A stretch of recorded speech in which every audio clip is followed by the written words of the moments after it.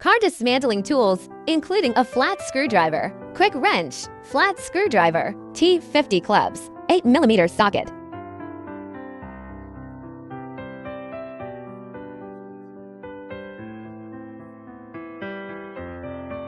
Remove the first and third rails, and the third slide rail's 3 screws.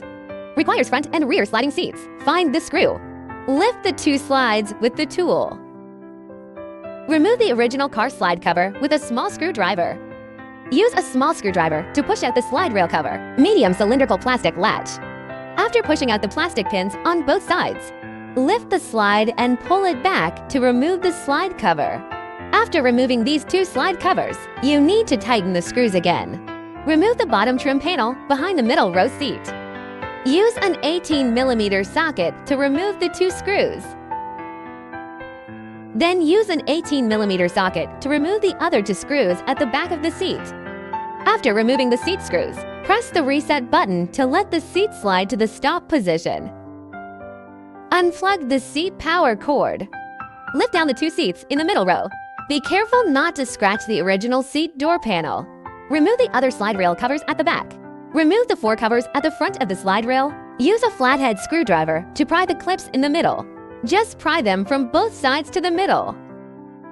Remove the 4 sliding rail covers at the front of the third row. Use a tool to pry up the plastic slide cover. Pull it back by hand to remove it.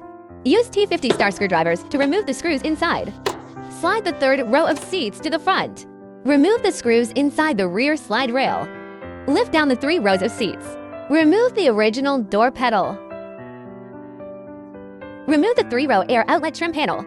Install 2 plug-in harnesses. 1 long cable connects to the front pedal. 1 to the 3D air vent pedal. Short line connects to the middle door pedal. Hide the wires. Plug in the original power plug. Install the limit bracket. Install it from the back of the driver's seat, the first and third slide rails.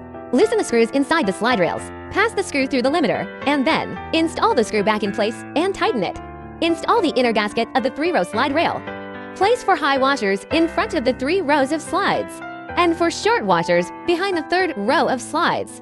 Pull the motor port harness plug downwards. Press the card pointing above the plug and pull it outward. It can be removed. Install the floor in the 2nd row. First, install the motor port position of the 2nd row floor. Tilt the 2nd row floor 45 degrees. Enter the 2nd row floor from the rear trunk. Hold the armrest and put it down. Use tools to adjust the position of the motor port and level the floor. After adjusting the position, plug it back into the motor power cord. Install 3 rows of tailbox floors. Install the trunk floor first. Install the floor under the 3 rows of seats. Install 2 or 3 rows of connectors.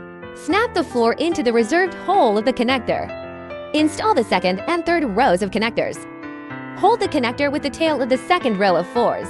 Installation is complete. Loosen the bottom screw behind the main and passenger seats. 3D trend pedal harness.